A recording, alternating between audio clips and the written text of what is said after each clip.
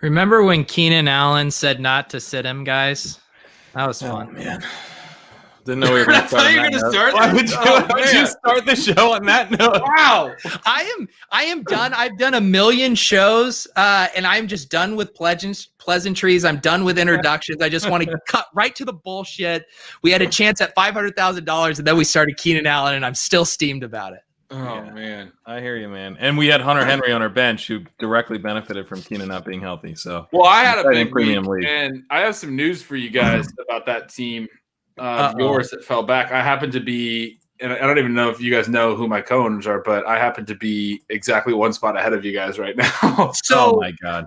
I knew you because I had seen you reference this team, and I figured we would just hash it out on the air. But yeah, who are your anonymous co-owners whose identity you're protecting right now? Oh, I'm not protecting. Our buddy Denny Carter has the Draft Day Consultants business, and I think it was 2017 or 2018. I did it for 1 year.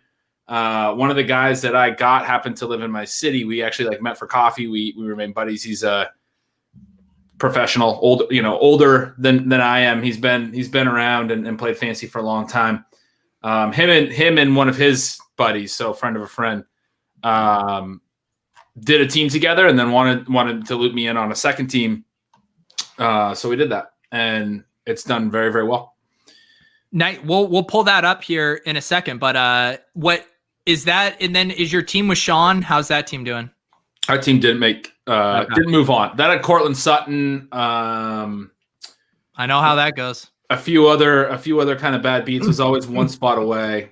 I talked him out of DK Metcalf. Him and Cole wanted DK Metcalf, and I talked him out of that, and we went with DJ Chark instead, which worked out. I mean, couldn't have really been any better, really, when you think about how those two guys have gone this year. Yeah. And then Colm kind of talked me and Sean out of Kyler Murray, who I was digging. We were always one guy away. If we would have hit on a couple of those extra, good players, we would have been good. Yeah. So Pat, why don't you let the people know just the update on the Crack Rock team that I believe we were in 11th place heading into this after week Monday before. we were at 11th, and we're at 35th now. No, we're further down than that. We're 46th now. You're looking at the wrong leaderboard. That was the regular season leaderboard. They FFPC needs to make it easier to access the championship leaderboard. We are at 46 now. Yeah. Yeah. We have 504.62 points. We are the leader has 568. So we got, we're not going to win the 500K, but we could have Wait, still. Pat, wow, way to let me down easy. Well, we got to pick up, because it's the thing with this is that you got to pick up like 60 points on the number one team, but there's a bunch of teams right behind them. So, although we do have a fairly unique team, so if you have Henry, I think my Pat. So I'm in 45th right there. Yeah, I want to see your team. We have Kamara, and the guy in fourth has Kamara. There's a few others with Kamara, but there's not so many that I've told myself that our path would be Kamara doing Jamal Charles, week 15, 2013, and going for 50 plus. Basically, you'd have to catch like 12 plus balls. You have no Michael Thomas. You'd have to score 3 TDs and have 200 yards. But that would really propel us, because there's not a ton of, it would make Kamara a viable first round pick. Most of the teams ahead of us have Henry or Kelsey or Dalvin Cook as their first round picks. So there are a few Alvin Kamara teams, but not a ton. Yeah, Henry says he has a Murray Kamara. Henry, what spot are you in? Chase. He's ahead of us. I've seen his team, and he would be tough to chase for us. So what would you do in our shoes then, Ben? Would you consider sitting Henry? Is that what you're? I don't know if I'm saying that, but no. Yeah, there's no way, Pat. Okay, I was just curious. It is so top. I think there's a way. I don't think it's crazy. No, I could see that if you were in like 5th or 6th and like you were blocked or something, but I don't think we actually have any first place equity. Yeah, we have a pretty good kicker here, so that might get us to the top. Yeah, you probably don't. We might also get Myles Gaskin. I would love to be able to play Myles Gaskin instead of Chase Claypool, who is now the 5th best wide receiver on the Steelers. That's not fair to Chase Claypool, but he is being treated like the 5th best wide receiver. That's what I meant. I'll say this: when he's on the field, Roethlisberger's still looking at him. I was fading him in an old league, and Louis Riddick was pointing it out, but I was already actually texting a buddy during the game saying, "Oh, he's looking at him every play." And then Riddick pointed it out on replay right after that. He's like, he's looking at Chase Claypool, and then like a play later, he threw deep to Claypool, and Riddick was like, "Yeah, see, I was telling you." And I saw the same thing, was feeling the same thing. It was his first read when he was on the field late in that game. Roethlisberger knows he's his big play guy. He wants to get him the ball. I mean, obviously he goes to Deontay more than anyone, but you can kind of tell what guys he wants to go towards.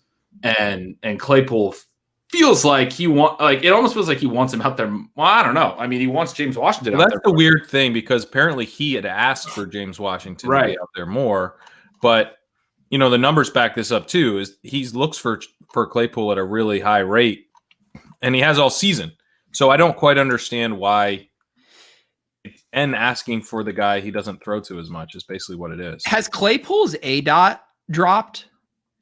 Like now that because the narrative has been that like Big Ben's just like dinking and dunking. Maybe, but not this week. He had 97 air yards, I believe, this week, and he didn't have a ton of. I guess he had like 8 targets, but it was still comfortably over 10 and approaching. It was probably at least 12 his ADOT. I don't know what his ADOT's been all year. Pat his ADOT on the season's 12.8. So 12.1 this past week. That's pretty much exactly in line. Okay. 11.8 the week before. So it hasn't, and he's getting targeted. He's getting targeted 27% of his routes 2 weeks ago. This past week, he was at 26%. That's like a super high number for a guy with a, not necessarily a deep threat role, but like kind of a alpha wide receiver, intermediate type of role. Getting targeted like 25% plus of his routes is like really aggressive. So Ben likes throwing to him, but he's just not out there a lot. And they suck. Like, they were really, really bad. I tweeted about this, but they kept talking about how give the Bengals credit for coming to play. Like, okay, maybe the Bengals did some interesting things on defense because their D's really bad. And I think they did play better than a terrible defense typically would play. But offensively, they had, I think it was 230 total yards on 14 drives. Like, typically you have about 11 drives per game on average in an NFL game.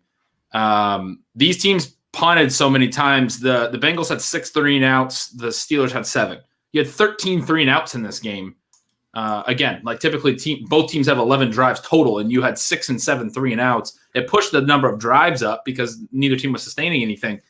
But even with all those opportunities, the Bengals only ended up with 230 total yards. They threw like 13 passes and ran like 40 times.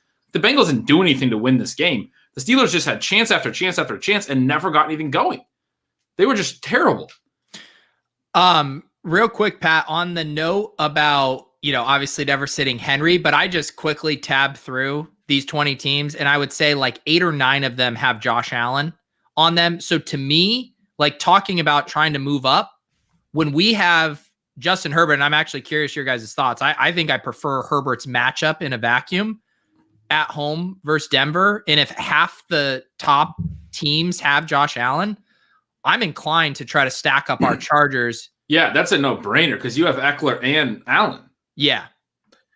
Yeah, well, we also have Diggs, but you could play Diggs as the one-off. You could play Diggs as the one-off. You need the Chargers to blow up. To have any chance, you need both of Eckler and Allen to basically have 30-point games, right? Yes. Frank, what's up, buddy? Hey, Pete. Good to see you, man. Thank you for the invite. Yeah, so for those of you guys who don't know, Frank he's a ship chasing viewer. He's been in the chat, and as of last week, you had a bunch of teams in the top of the main event. You're currently sitting here in 9th place, and we wanted to talk to you about your great season here. You still got a nice shot here at taking down the first place prize. I do have a nice shot, but I have to confess I did a really bad thing, Pete, last week at the last minute in that more Cowbell 7 team. I took Calvin Ridley out and put in Ayuk to get some exposure. I had Ridley in another league, and I just envisioned that game going terribly. You can envision, Atlanta being cooked. And then I looked at Logan Thomas, and I took him out and put in Jared Cook. Oh no! So my main feeling now, I'm happy about the team and where they are, but the word self-loathing comes to mind. I don't know if you've had that feeling, like with Keenan, but oh yeah, yeah. So it's one of those days you like get in the shower and you blurt out obscenities for no reason. That's brutal. So that's this team here. Obviously, you have Calvin Ridley now, but you had played Logan Thomas and Ayuk before. I wanted to get Ayuk in that team. I already had Adams play, had Diggs play, I had Allen Robinson, had Ayuk, and I had Ridley. So I kind of split the exposure because I had Ridley starting in another team. And I just thought, who envisioned that the Buccaneers were not going to destroy the Falcons? It didn't turn out that way. I mean, it kind of turned out that way in the second half, but and the Logan Thomas thing with Haskins coming back, not that he isn't, fully buttoned up, but kind of scared me about that one. Seattle's defense has been playing well. So you're like my confessional. I've lived with it for days now. And it's Christmas, and my wife says, "How are you doing?" And I mumble, and I don't know, man. I don't know if I'll get over it, but in any event, on the positive side, got some good teams. I wanted to thank all of you. Part of Pete, how you and I met, is and Ben. I subscribed to Stealing Signals. You sent me a nice note this week. I appreciate that. Yeah, I just wanted to tell you, and kind of the main reason I popped on was to say thank you. I really elevated my game. Pete, you were talking in DFS about how you elevated your game by watching the best people and really digging into it. I had like an epiphany watching you guys, especially Pat, Pete, like Davis and all the shows, watched them over and over, and kind of allowed myself to paint outside the lines a bit. So I really wanted to tell you, like, I really owe a lot. If these teams do well, it really helped. I mean, I really kind of rethought what I was doing strategically and the game theory of it. And then Ben, I got to see you on the podcast and subscribed, and then all the people you have Sean on and the others. But, consider this like a big thank you. If I do well this weekend, a lot of it really does come down to, getting out of the mainstream of where I was. Dude, that's super cool to hear. That's like exactly what content people like us want to hear too. Yeah. Like the specific type of compliment. I love it. Yeah, it's tough because I would say in general. Oh, go ahead. Well, I was going to say, you guys are hugely entertaining. So, like, I'll watch the action show, or like your first waiver wire show is like Comic Genius, but the theory. Oh God, I forgot about that. We didn't put in any bids. Yeah. I'll probably watch it again later on, during the holidays. But in all seriousness, like I think you go into drafts and I've only been playing a few years, and it's like, well, I've got to get running backs. And like, I rethought what I did like midway through the draft season, really because of you guys. I'm not saying that because you invited me on. It's kind of why I reached out to you to say thanks. And so I hope why you're making people laugh and have some entertainment during a pandemic year. Like, at least for me, I learned a ton. I appreciate that, man. That's so great. And we don't think like we have all the answers, but the one thing we can do is document our thought process out loud for everybody and see what works here. And I think we definitely have, collectively had a great year, and we continue to hear from, you guys that had great years as well. So that just, like Ben said, that makes it all worth it. If we can have some laughs and win some money along the way, I mean, we're checking all the boxes at that point. I'm glad people enjoyed that first waiver wire show because I'm stressful just remembering. Oh, I was so pissed, dude. I hated that. And the chat loves you too, Frank. They're saying they want you on more often. They're enjoying your. So what's your how long let people know, because I don't know your like fantasy background. When did you start playing FFPC? How many years have you been doing this? I've only been doing it about 5 years. I played like in some family leagues and home leagues. And then about 5 years ago, I got in a very lightweight way, but I kind of have a very OC, kind of personality. And once I got into it, the game theory of it, the analytics just kind of ticked a lot of boxes. And then about 4 years ago, got into, in a more serious way. But But I would say while I gradually improved, like the teams that you referenced in the main event were, if you go back and look at the drafts, would be drafts you would know and love.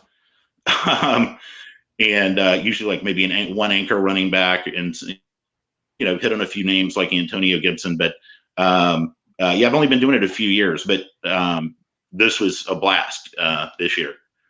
That's awesome. Now, Have you ever gone out? Have you ever gone out to again? Vegas? Oh, sorry, we're breaking up a little bit. Have you ever gone out to Vegas to live draft? I have not. I was going to do it this year. I finally kind of was going to find the time, and then I don't think you guys went out either. I wasn't going to make the trip from in DC to do that, but I'll definitely get out there sometime. Sounds like a good time. Yeah, It's we a blast, definitely. Yeah, we missed not being out there this year. So what were some of your other, because like you said, I mean, you had so many teams at the top, what were some of the kind of common themes and the kind of structures or player selection and stuff that like really worked for you? Because whatever you did, you dialed it in a way that yielded massive results. I started where you would have started, which is with kicker. So I did a lot of work and followed your kicker advice. That worked out well. Got Rodrigo Blankenship. But it was really thinking through the theory of just like loading up on great receivers. And why the value was there was probably the biggest. It was roster construction that I think was the biggest breakthrough for me, listening, kind of following your advice. Getting the Josh Allen, you were mentioning Josh Allen and Diggs, 2 of the 3 teams that I have are that. And I think Henry Muto had up to date, like half the teams in the top 25 have that combination. So there's a bit of good fortune involved, but one of the teams, like if you have Devontae Adams, Diggs, Allen Robinson, Calvin Ridley, and Ayuk, that 7 team that I screwed up, you just end up with a lot of firepower. I have like no running backs. I made a joke. I was on the FFPC hour in July, and some of us will be starting, I kind of made a joke about Jeff Wilson, by the end of it, somebody will be starting Jeff Wilson. I am in fact starting Jeff Wilson in week 16. So if you look at the teams, they're pretty. I've got a Jonathan Taylor in there, a Dalvin Cook, but none of the teams are really strong in that second running back position, but we're compensated for. Getting Kelsey in the first round, doesn't hurt either. You guys were all over. I think I saw a lot of drafts with Kelsey and Kittle got hurt. I think he would be up there, but about it. Yeah. Yeah, that was a tough thing for us, Pat, because we were definitely open and very excited to take Kelsey, but we just never where we had our pockets of drafting really ended up getting him. It was either went before us and we scooped Kittle, or we were having one of those top 4 slots where we were grabbing a running back. Yeah. Yeah, the elite tight end was definitely those 2 guys. I agree. I think if Kittle had stayed healthy, he would have been a potential league winner as well. Are there guys, Pat, I know you're a tight end specialist, but like you look at Waller or somebody, like in hindsight, should we be thinking differently? Waller, I mean, he checked a lot of the boxes, and it was just one of those things where I felt like I knew better a little bit than what the numbers are saying. Like, I don't know that his role is secure. They had just brought in Henry Ruggs. They had drafted Bryan Edwards. It seemed like they were trying to move away from him as the focal point. And if you look at what he did in 2019, he kind of screamed like the type of profile you want for an elite tight end the following year. But the downside is that there are a lot of guys who are one-year wonders at the tight end position. So he's kind of easy to talk yourself out of, but it's in hindsight, definitely should have had more exposure to Waller. Yeah, me too. I am noticing as I look through your teams here. Well, Pete oh, good. No, you go ahead. Oh, okay. I was just looking through your teams here, the 2 that are top 20 in the main, and I do see 2 kickers on each roster. So I just want to get your thoughts on that. I mean, I don't know if you guys saw Tyler Bass's 12 points this week, but if you didn't see that, it's probably why we're in 45th and you're in 46th. So, I mean, I don't know. I can do math, and that's pretty good for a kicker. Yeah, I think my favorite line, Pat, was your kicker air yards analysis. With a straight face, really helped me out. I actually did labor over whether to carry 2 kickers going in. And so in all seriousness, kind kind of did that. And of course, I picked up like Zane Gonzalez and other kickers who didn't play. I mean, who would ever tout that guy? Yeah. I do just want to point out what a good year it was for the ship chasing friends and family. We're referencing our Crack Rock team, Ben's team here in the top, Frank's teams. I'm noticing Curtis and Sean right here at 37th. So, I mean, just from our groups of how big the main event is to have, 5 or 6 teams, 7 teams collectively from Blair, ship chasing friends and family. Blair, I mean, that's Blair a great year. And 30th as well. So Sean's got 2 up there, one with Blair, one with Curtis. Yeah. So, man, definitely a great year for those that realize it was a donkey strategy to draft running backs in rounds 3 through 5. So I just want to talk about Frank's 19th ranked team right now. I think it's the one you were referencing where you had the lineup change mistake. But this team is so good. As Josh Allen and Ryan Tannehill, didn't really matter who you played at QB. You have Cook and Gibson. You're thin at running back, but you have Cook and Gibson. And then listen to these receivers: Adams, Diggs, Ridley, Allen Robinson, Ayuk, and T. Higgins. And like so sick. And still like MVS and whatever. And then he had Logan Thomas and Dallas Goedert. This is such a well-built team. I really like it. Yeah, well, I appreciate it. Like I said, a lot of it's due to the 3 of you. So before, I told Pete I had to skip out on some family night. We have older kids. This is not for younger kids, but the Christmas movie for tonight, and you can vote, is going to be Fight Club or Inglourious Basterds. Got a favorite? This is really good parenting. Frank, I've been in so many arguments with my mom telling her Fight Club is in fact a Christmas movie. So this is just so nice to hear that you agree. Yeah. Well, I'm voting Inglourious Basterds. I like both those movies, but I think I like Inglourious Basterds more. All right. I think I like Fight Club a little more. I'm a Fight Club guy there, Frank, but you got to follow your heart there, and you got to please the family ultimately. Yeah. Well, again, I do have older kids. Tyler Durden may be the choice for tonight. And look, we really appreciate everything. Good luck to your team. Hope you find a path with the Chargers to get up there. And I'll check in and maybe see you next year. Okay. But thank you so much. Yeah, man. Thanks for hopping on. Great luck this weekend. And it was great talking to you. Enjoy Fight Club. The number one rule about it, though, is you shouldn't be talking about it next time. We'll see you, Frank. Later, Frank. Well, I'm not talking. You guys, bye. Bye. Yeah. Oh, man. What a great dude. That was awesome. But yeah, it is like that. It just dawned on me of all like collectively with Mudo and Frank and Sean and we have like a fifth of the top 50 teams. I mean, that's wild. It is. And they say like zero RB can't win. I mean, I don't really want to get into this, but I saw a big discussion earlier this year from some of the high stakes grinders that zero RB can't win or it's not viable because it hasn't yet won. I said I didn't want to get into this, but I'm getting into it. It hasn't yet won one of the major tournaments. Well, the league has changed. It wasn't going to win one of the major tournaments when LaDainian Tomlinson and Sean Alexander were 400 touchbacks, right? So Sean wrote this article in 2013. There's basically been roughly 7 to 10 years where the NFL resembles what it looks like now, which is getting more and more conducive to zero RB because there's fewer workhorse running backs, right? So there's like 3 major championships, high stakes championships. There's been like 20 to 30 championships in this span. Super small sample. And the number of teams that have even tried zero running back in these tournaments is a super small amount. Yeah. So it's a crazy selection bias to say that because it hasn't yet won. But what you're talking about right now is a lot of people doing a lot of things that are very similar to that. And like you can go to the number 4 team I was talking about earlier, or not number 4, it's maybe number 6 now or something. They're not a true zero RB team. This is another argument you can make because they did draft running backs early, but they started Mike Davis and James Robinson last week. They took, if you go back over to their draft, they took Todd Gurley in the 3rd, Raheem Mostert in the 5th. Those guys did not help them reach the final round, or they weren't key parts. I mean, I'm sure they helped. Todd Gurley was okay early in the year, but they got more out of James Robinson and Mike Davis early in the year than they got out of either of those early backs. They didn't take another back until the 10th round. It basically is a zero RB team. Where it failed was that it wasn't more zero RB. It took running backs in the 3rd and the 5th that he can't start at this point and really couldn't start for the majority of the year. His later running backs were better, and that team probably could be in first right now. But again, there's a very small sample of teams that are even trying the strategy. It obviously can win, though. I just want to get it clear.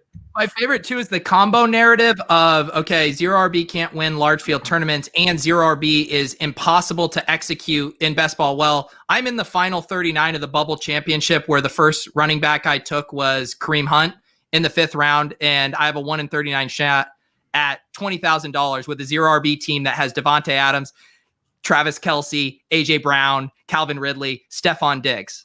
Half PPR too. That's a half PPR. Half PPR, no waiver, 18 rounds. Yeah, tell me 0RB doesn't work. Then you get people that are like, that's not true 0RB because you took a running back in the 5th. And it's like, okay, but again, like it is close enough conceptually. But to be clear, Sean and Blair's team that's in 30th is as clearly 0RB as it gets. They did not take a running back until the 11th round, and they are in 30th overall. And there's probably only a couple. That's wild. Like, how many teams are there even in this entire thing of thousands that are true, that would truly fit? And one of them is in 30th. There's only a couple iterations, and there are thousands of other iterations that can win this thing. But one of these iterations of 0RB teams, and there's, again, not a lot, maybe 1% of all the lineups is here in 30th. Like, it has upside. The other thing is that people who don't like zero running back are often the ones defining it and telling people that are trying to utilize the strategy Sean laid out that they're not following the strategy. Yeah. In Sean's original article, he says 1 running back through the first 5 rounds is what he was considering the 0 running back strategy. Now you can then say, well, that's not, why are you calling it that or whatever? And I guess, like, fine, like maybe you should have named it something different if that's really what you're griping about. But if you take a running back if your first running back's in the 5th round, that is very much what Sean would have been calling 0 running back in 2013. And so while it's almost hilarious that Sean was able to, and Blair were able to take a running back that late, that's not what we're saying. Like, that is not what we're communicating. We're not saying don't take a running back to the 11th. We're saying you should understand that wide receivers score more points than running backs. That is the key takeaway, and try to build a team that gets stronger over the course of the season by being anti-fragile, a team that can take advantage of the chaos that we see. And I mean, we're sitting here and about to enter week 16. Like, try to think of this feeling when you're drafting next year. Like, you are soaked in the chaos of an NFL season. There is a shitload of chaos. And it's sometimes hard to forget or hard to remember that when you're drafting in July and August, when it feels like every pick you make is going to crush. They're not. A lot of them are going to totally burn and be total bust, and you need to take advantage of that chaos. To that point about July and August, the argument I've made for years to this specific point about the early running backs is there is such a projections bias in July and August. It's who's going to get those running back touches. Who else would get them? What else would happen with those touches? That guy's guaranteed to get 250 touches. Guaranteed touches, bro. Like, there's no such thing as guaranteed touches at running back. Every single player, save for a couple, but like almost every single team so far this year has had running back. I guess Derrick Henry is one that you could say had guaranteed touches, and it's proven to be valid. But almost every other guy, Ezekiel Elliott, the argument was always guaranteed touches. Dalvin Cook has missed time. Alvin Kamara has not had the role that I thought he would at all times all year, because then Drew Brees got hurt, and then it changed his guaranteed touches that were no longer guaranteed that way. And I love Alvin Kamara. Well, but like every single guy, every team has had chaos at the running back position. There's no such thing as guaranteed touches. Running back projections should almost be thrown out the window, and people are so overcommitted to this, like, there has to be a running back. I got to project somebody for 250 touches. And it's the same mistake every year, every freaking year. Who's going to get the touches. Well, just drive this point home, too, with what you were saying of, chasing, early fragile projections. That happens on a micro level in DFS every week. Why do you think chalk solidifies? Because we are putting our bets on what we think is the most projectable volume. How often does that blow up on a 1 week fucking sample? And what you're talking about is a 16-week sample. Yeah. Like, how insane is it to hang our hat on projectable volume for 16 weeks with a global pandemic going on? And nobody learns the lesson. Nobody learns the lesson. No. Nobody will learn it by next August. Nobody learns it in season. By like week 6, people are saying they're certain about things that we didn't know in August because now they're true. I made some in-season bets with people about things that were certain at various times. It's like every 3 weeks, the NFL completely, the slate flips on its head, Pete. The entire NFL flips on its head every 3 weeks. That's just how it goes. Every year. This is the way. It's been this way for 20 years. I've been playing fantasy for 20 years. It's been this way all the time. Like, it's crazy. Yeah, I wrote about this in the preseason, saying this rule I came up with called the 745 rule, where you just look like, can a guy is the only thing we can really take from projections is a guy projected to get a bunch of receptions, 45 receptions, or can we say is he going to score a bunch of touchdowns, 7 touchdowns? That's so 7 touchdowns, 45 receptions. If a guy's projected for both those, that's awesome.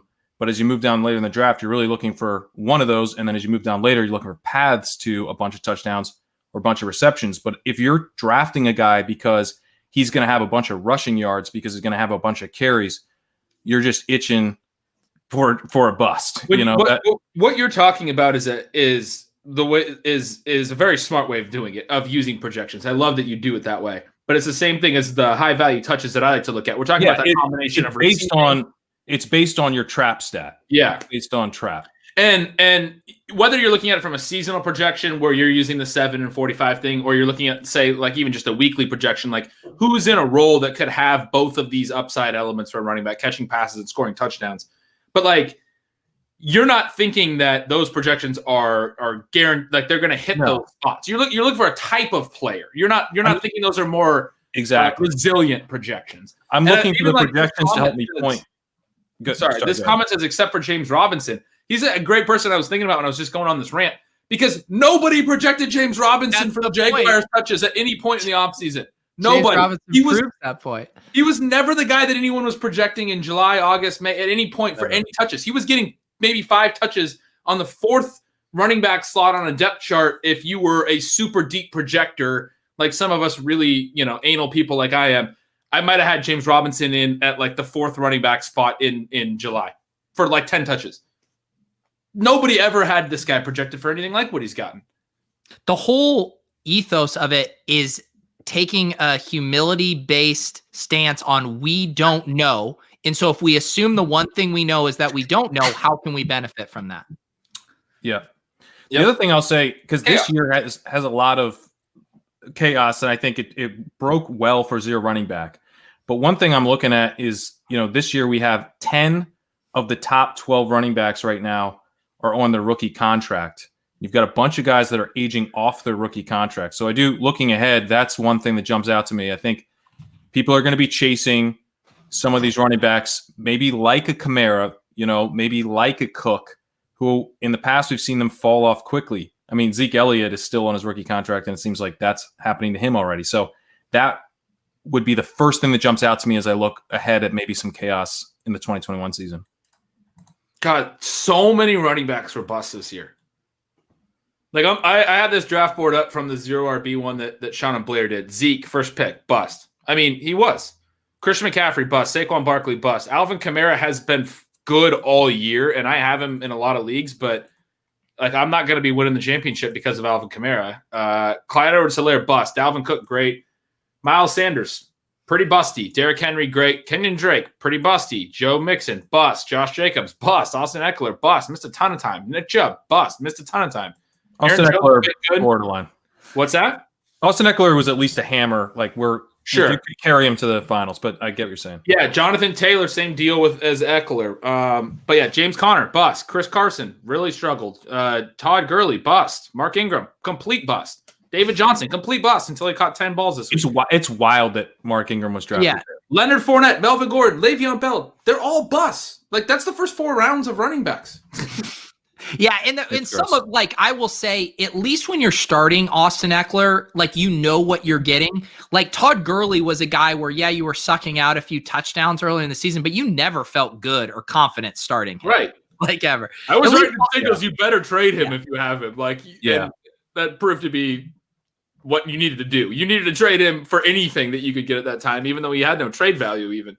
Yeah, and I will say, like, one thing, and I don't think about this probably enough for season long, and we're talking about Derrick Henry and David Montgomery, and as usual, we can give props to Sean, but Sean had been pounding the drum about these guys' late season schedule, and we see how incredibly nice the schedule has been for both David Montgomery and Derrick Henry, basically playing like the same opponents week after week, and I think there's something to that. I know like DVP and that stuff is like very hard to identify during draft season. It's more conducive to like guys you trade for mid-season once we have some data to pile up. But man, like to me, David Montgomery, he is the quintessential Jag who is benefiting from just the nut schedule right now.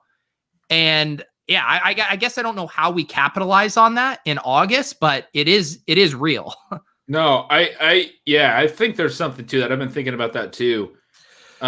This is the first time I've really gotten this high in the FFPC, main event at all. And sitting there and realizing why people are looking at that in August, because right now I'm in the top 50, but I don't really think because of my particular matchups that I have a path to the top. But the guys who have Derrick Henry and David Montgomery certainly do think that. Yeah, it's tough because on top of the schedule, Montgomery also had Tariq Cohen go down. And then last week he had Cordell Patterson go down. And prior to last week, he was on a 2-week stretch of not really having that strong of a workload.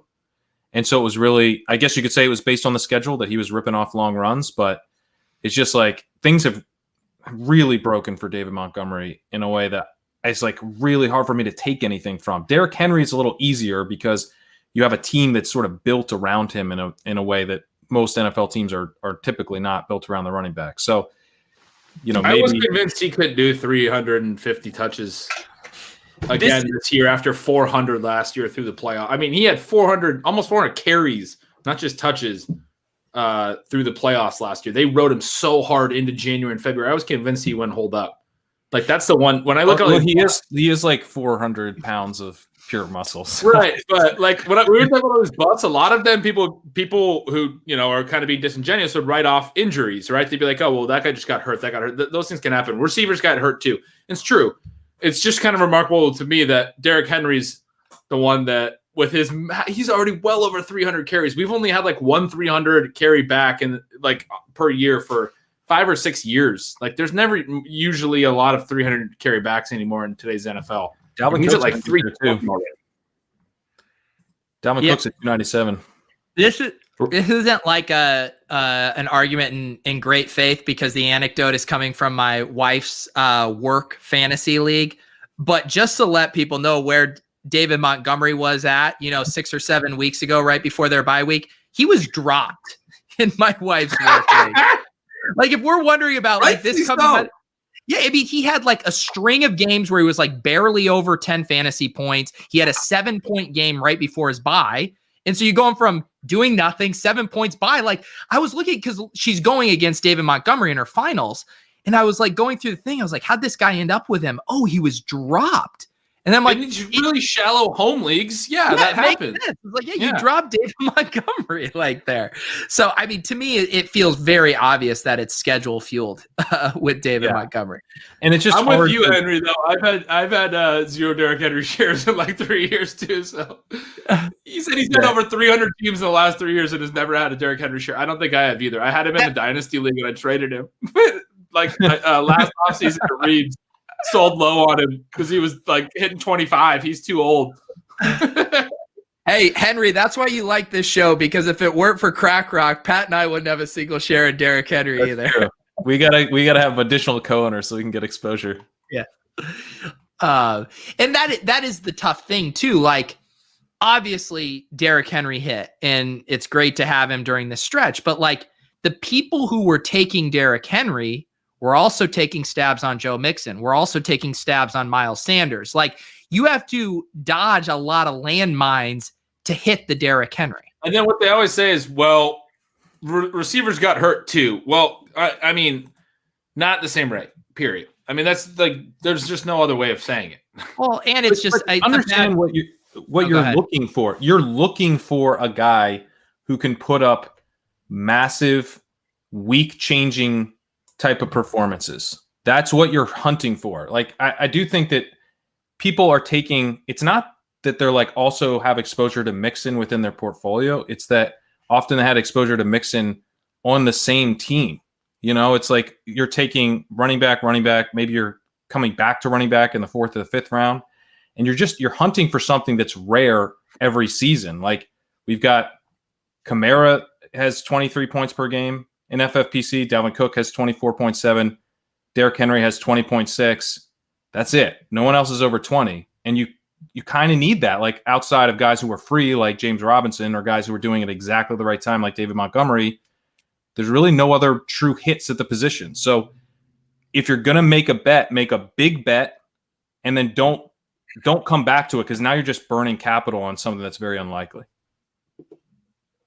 Yeah, and I think like it's not like anyone is saying you should have an entire portfolio of only 0 RB rosters. It's fine to take some stabs at some of these guys. I wish I would have been smart enough to get, one share of Derrick Henry. I knew this was possible.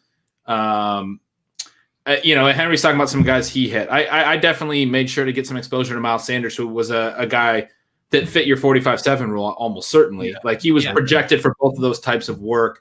And I thought he had that type of upside. And if the Eagles season goes way better than it did, he's probably doing that right now. He's going to be interesting next year, I'll tell you that. Yeah, he's probably going to be interesting next year. He's had some long runs this year. He's been efficient overall. And he's probably going to be somebody who's going to be interesting, and I'll make sure to have exposure to. You take some shots, and you make sure to have some plays with the upside early running backs, because, yes, some of them win leagues. I mean, last year, Christian McCaffrey, a few years ago, you had to have Todd Gurley. The year before that, or a couple years before that, I think Gurley was 2015, and then it was Jamal Charles in 2013 when Sean won it. You had to have those guys. And those were not years that 0 RB could have won, because you had to have an early running back. And so, don't do 100% 0 RB, but it can win. If everything breaks a certain way and is conducive to it, it can absolutely win. And if enough people are trying it.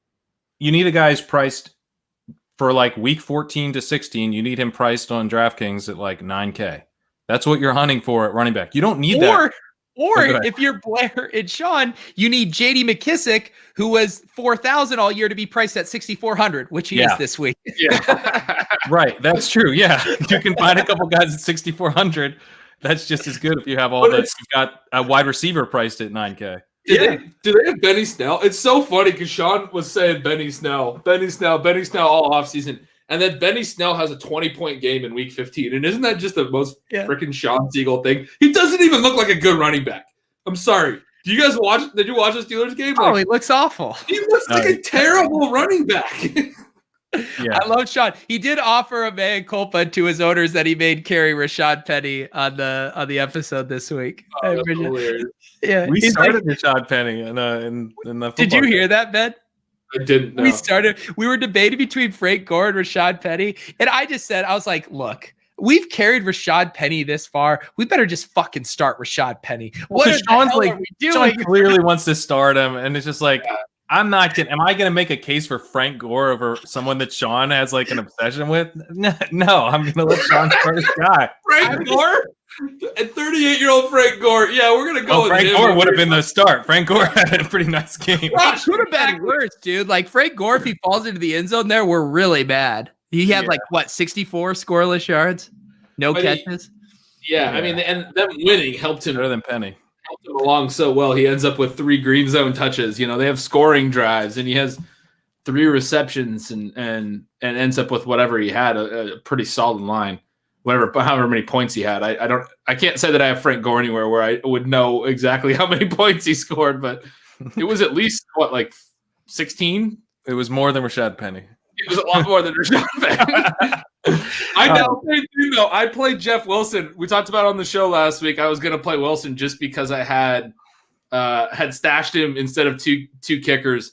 That team that's in 45th, there's all the coulda, woulda, shouldas. But if I would have bought into Logan Thomas's big week 13 and played him the last 2 weeks over our hotly debated final flex, not over some stud who had a bad week, but we went with Gronk and then Jeff Wilson. If we would have just rode Logan Thomas both weeks and got our D's right both times, we'd be in 6th place. Those are the 2 changes that we could have made off our bench, and we only have 2 defenses. We picked the wrong D both times, so I hate those, but it's man, we could our roster had that potential, That's the one thing, and I will look.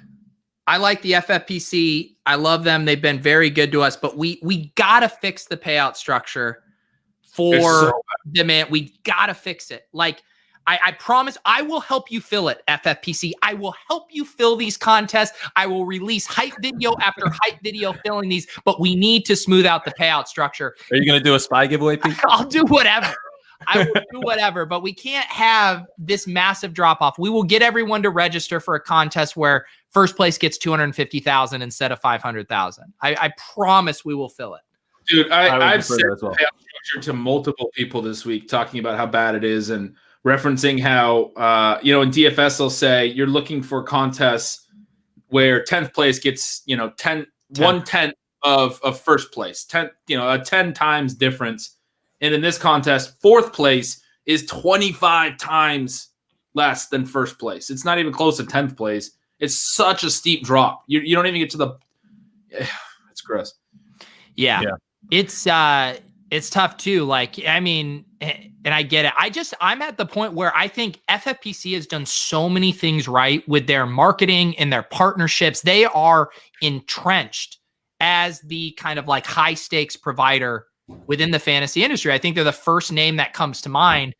And I feel like they've done a great job with that marketing battle. And now it's like, all right, now let's start making it so the payoffs are, better for the players. And I think we can get there. And I'm sure we are not the first people to have voiced this, but, we are going to use this platform to bully them into a flat payout. Yeah, let's talk about zero running back some more. No. It's tough.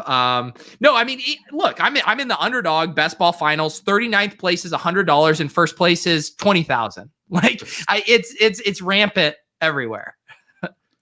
It's so dumb too. I mean, God. Yeah. Yeah. I mean, and Henry, I understand it from like a marketing standpoint. People look at the first when they're signing up, but I hate it.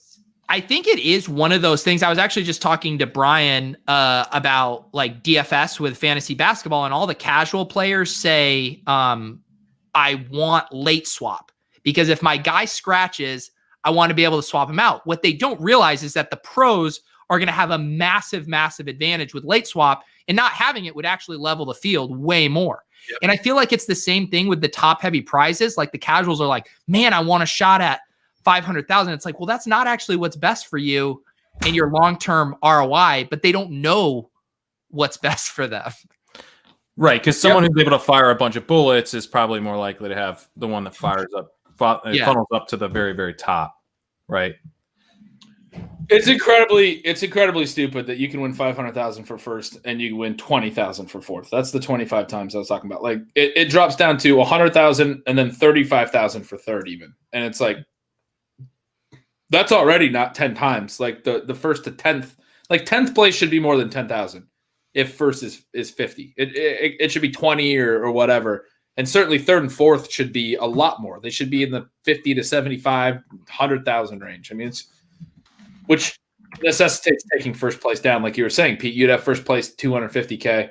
It could be a pretty sweet little payout structure where a lot of people go home happy. The thing is, if you win anyone who plays in this is maybe not anyone. A lot of people are in it for the money, but we're all degenerates. Like if you win it, you're like just as happy for the 500K as you are for winning the damn thing. 100%. Like I'm not gonna pretend like $250,000 would not be incredible for me, but you know what would also be incredible? $250,000 and being the fucking main event champ. Be the main event champ and be like, I'm not gonna main event. This is awesome. And then the other victory laps we would take on this show. We'd be the fantasy football this little guy. I don't even know what that was. The rest of the top 10 are the ones that fell just short. At least give them a decent cash consolation prize. They're the ones that need the money. They don't get the pride of running around saying I will say, too, this is one thing we are guilty of. We are passionate about it now when we are in these contests and on the outside of first looking in. Will we be pounding this drum in August? Because every time it comes around and when it's not quite front of mind, not quite as relevant, it's you don't think about it as much. At that point, you're saying I'm going to get first, so it doesn't matter. Yeah, I can tell. I'll give you a quick way to tell if we're sticking by this or not. how many football guys we enter versus how many main events we enter. Because one way to get a somewhat flatter, it's not that much flatter, but it's a little flatter, is to get up to the main event. And that's our current plan, right? To do more main events, less football guys. Is the football guys even steeper? Oh yeah. Basically the second, there's a huge drop off from first to second in football guys. That is ridiculous. 500K to 30K. Yeah. So it gets there's like a second rung on the tier in the main event. And I think, has it been a little flatter in the past, Pete? Wasn't it somewhat due to the I know they've had maybe when they tried to bump it up to get to that 500 number. But to me, it's let's just find out.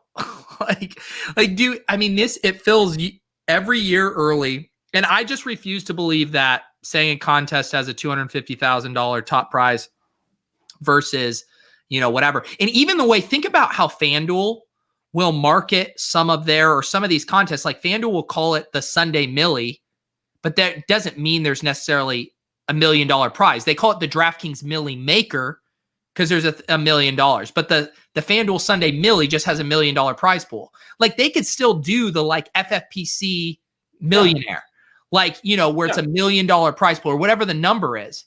The top prize doesn't have to be that from a marketing perspective. I don't know. Yeah, you got to get in. You got to get in your. You got to get in some kind of marketing discussions with these guys because you've got the right. I need you pitching this to the right people. Is what I'm trying to spit out. I will. This is what I'm going to say. I'm going to say, guys, I'm going to get on my fleets, and I will convert every one of my fleets. Please tweet about this. Literally every time I open the app on my phone, the first picture I see is Pete on the top, which I know you're doing on purpose. You know what? I will say, Pete, I'm like Ben. I'm like, oh, Pete's got a new fleet. I always enjoy it, but Kitchen is doing a little bit more work with. His come out like a movie or something. They release every 9 months, and you're just like, oh, a new Kitchen fleet. Here's the thing. I will say this: he is 100% put out better fleets than me. His problem is they're so good that they should be videos that people can watch for longer. The way I treat fleets, if I have an idea that's as good as Kitchen's, I'm making a fucking video about it that can be watched for longer than 24 hours. I haven't even seen any of Kitchen's, so I wish you could go back and watch. I partly agree. But the fleet with the Dairy Queen, we're gonna miss you, Mr. Kitchen. Watch that again. I want to watch it again so bad. Pat. But Pete, I'm so glad that I saw it. And now anytime I see another Kitchen fleet up, I'm going to watch it before I do anything else. He's trained me to watch his fucking fleets. The Kitchen line. Did you see the one we're talking about, Gretch, where he went to Dairy Queen? No, maybe. It seems vaguely familiar. What happened? It was right before he has this weight loss bet with Davis, right? And then it's also been a bit on the Swolecast that he loves Dairy Queen. He'll go to Planet Fitness. I've seen the bit on Swolecast and I've seen references to Dairy Queen, but I don't think I saw the fleet. Yeah. So he goes, it was the night before his bet with Davis started. And so he's they're sandbagging, right? He's trying to increase his weight. So he does. He's weighing in the next day. Yeah. He goes to Dairy Queen. And he's filming himself going through the drive-thru. And there's this nice young lady who's giving him his Blizzard. And you can tell he's coached her up for this thing where I don't believe it. It was real. It was genuine. Sorry, Pat. hate to burst your bubble, but Santa isn't real. And so he says to her hey, this is going to be the last time I'm coming here. I have a weight loss bet. And she goes, he coaches her. And she goes, I'm going to miss you, Mr. Kitchen. The lady at Dairy Queen. But then it cuts to him at his house and he's dancing with his fucking milkshake and the lights are dark. It's hilarious. It was one of the best thing I've seen in 2020. The we'll miss you, Mr. Kitchen. It's the funniest thing I've seen this year. It was just so funny. Oh my goodness. So yes, we love you, FFPC, but let's flatten the payout structures. We got to do it. We got to reward these good teams because that's the thing. I feel collectively I've had my best year of fantasy across DFS, best ball, season long. And how rare is it to like really get stuff right and you want to get paid off for it? Like next year could bomb. Like we could bomb. It's like this year went perfect in we are getting paid off, but you want to get paid off more. You don't have to be 100% exactly correct. You want to be able to get 98 percentile outcome and then get paid. Well, and the thing is, there's no such thing as 100% correct. We already know that about fantasy football. There are so many unpredictable things. Like my team that's in whatever, 45th, that team had Will Fuller. Will Fuller was a good pick. I got that correct. He helped me win the points championship and get to this stage. I didn't know he was going to have PEDs. How the hell can I build that into a model? You know well, that's the only reason he did well in the first place, Ben. Probably. Maybe I should have known. But at the same time, it would be nice to, I was talking about having Logan Thomas in that last spot. I'm basically one good starting spot short. It would have been nice to have Will Fuller in that spot who has 30-point upside every week. You know what I mean? Like I could have been flexing him and he might have put up Logan Thomas type numbers and I might be in the top 6. So it is interesting how much there's so much variability and it's impossible to get it all right. And in this structure, it's just crazy. 20th place is $4,000. That's the other thing. You get 21st place, you get $2,500. $2,500. And like I said, it's barely any profit for 21st overall.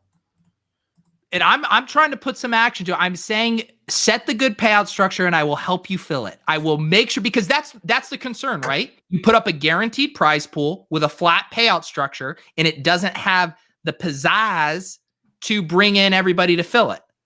So we will fill it. Flat payout structure and we will fill it. I promise. Oh, all right. I think I just realized that was the full show. I will say right now, so Chris Spags and I with the Splash Play podcast, because tomorrow's Christmas Eve, we're doing a show right now. I'm on my 4th show of today, but we're going to pop over there. And I believe, I don't want to, lock you guys in, but Pat and Ben, are you guys going to join still? Yeah, still going to join. Can I keep drinking beers? That's the entire point. Okay. It's Blackout Wednesday, Ben. All right. Yeah. So then I'm in. If you guys want to continue, I'll have a tweet out, but we'll be over on the Splash Play YouTube here in about 15 minutes. We're just going to chill, drink. Maybe we'll build some Millie Maker lineups. We're going to shoot the shit, have some fun. But thank you guys for tuning in. And seriously, have a good week. Hopefully someone here can crash the party here at the top of the main event. If somehow any of us in the community have a decent sweat, we'll fire up a sweat show on Monday night for that Bills-Patriots game, and we'll get something going. I don't know if we're going to get it, but we will hopefully someone will have a sweat and we can get a sweat show going on Monday night. Gretch, Kerrane, any final words? I don't want to bench Josh Allen if we can have a potential sweat, but I guess maybe we should. I think we need to go Herbert, man. I do. It does feel like that's sort of a no-brainer. Yeah. Not if there's a Monday night sweat we're missing out on, but you're right. Well, we got to get to because is he playing? No, he's not playing Monday night. Oh, he's playing. Is he playing Monday night? Sorry, I know the Sunday night game. I just realized that's what I'm thinking. They're Monday night, but we'll still have Diggs, dude. Yeah, that's true. All right, guys, we will figure all of this stuff out. Also, we are so close to 1,000 subs. So close. Please subscribe. On my other channel, I'm giving away hundreds of dollars just to get subs. Who knows what we're going to have to do to get you guys to sub. That's not a good way to get people to sub to this They're going to wait to find out if you're going to give away hundreds of dollars to sub to this other channel. Just do it for free here. Please do it for free, and then we don't have to beg you. Like me. Yes, please, if you're watching this and haven't subbed, please do. Ben and Gretch, and Ben and Pat, actually, not Ben and himself, will be back on Friday at 4 p.m. Eastern. Tomorrow. Wait, you guys are doing it tomorrow? We're doing it tomorrow. Christmas on Friday. Okay, I'm sorry, I didn't get the updated schedule. God. Tell it. So plug your show. Plug your show. We didn't decide on a time yet. Yeah, we didn't decide on a time. So maybe I'm off. Matt, we were thinking 2 Eastern tomorrow. Yeah, locked in. I will be at my in-laws, but I will get your thumbnail up, guys.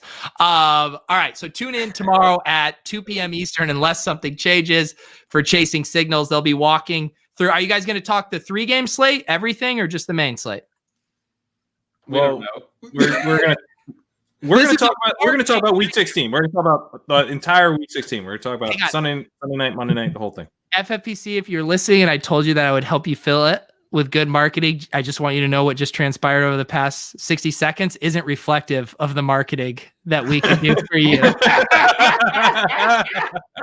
Tune in tomorrow at an unidentified time for Chasing Signals. 2 Eastern. We love you guys. Unidentified subject for who the hell knows. Peace. We're talking